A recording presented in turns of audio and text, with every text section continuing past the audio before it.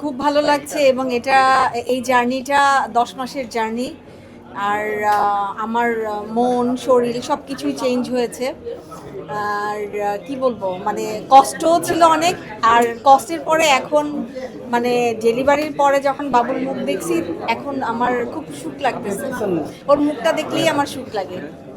এটা ও বড় হবে। আমি আমার বাবুর নামটা আগে অ্যানাউন্স করি।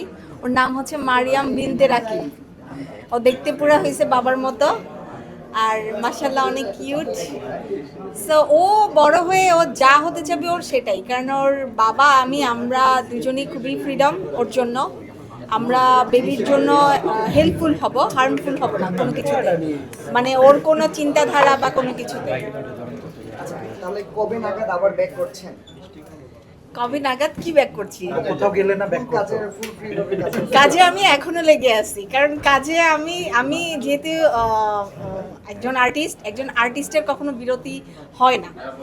অসুস্থতা থাকবেই, এটা শারীরিক ব্যাপার। আর আমার হাজবেন্ড সবসময় আমাকে সাপোর্ট করে, আমার পাশেই থাকে। ও আমাকে কালকেও বলছে যে তুমি যদি নিজেকে ফিট মনে করো, সুস্থ মনে করো, তাহলে তুমি নাটকের কাজগুলো আবার শুরু করতে পারো।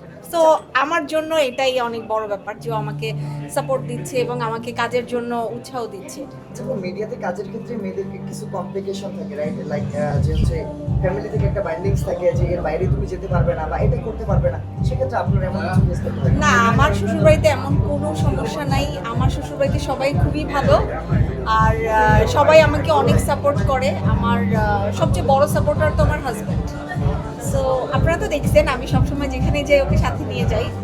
সো এটা আমার জন্য অনেক বড় একটা ব্যাপার। আর আমার ফ্যামিলিতে কোনো প্রবলেম নাই, কারণ আমি যাই করি স্বাধীনতা বজায় রেখে কাজ করি। বর্তমানে তো বাচ্চাকে নিয়ে ব্যস্ততা।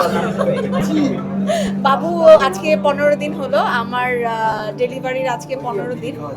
সো আমি খুবই স্ট্রং। অনেকেই নাকি বিছানা থেকে উঠতেই পারে না, বাট আমি ফিট।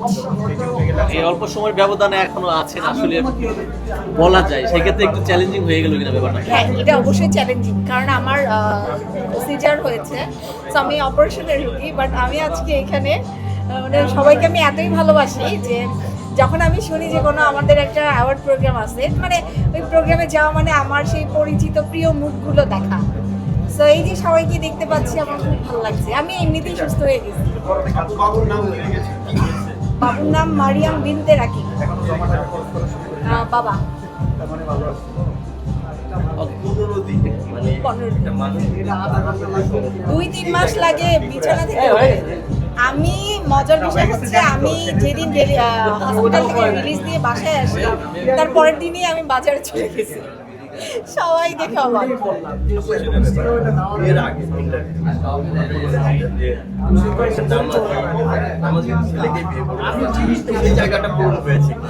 হ্যাঁ, আমি যা যা চেয়েছিলাম আমার হাজবেন্ডের দিক থেকে সবটাই আমি পেয়েছি, আলহামদুলিল্লাহ।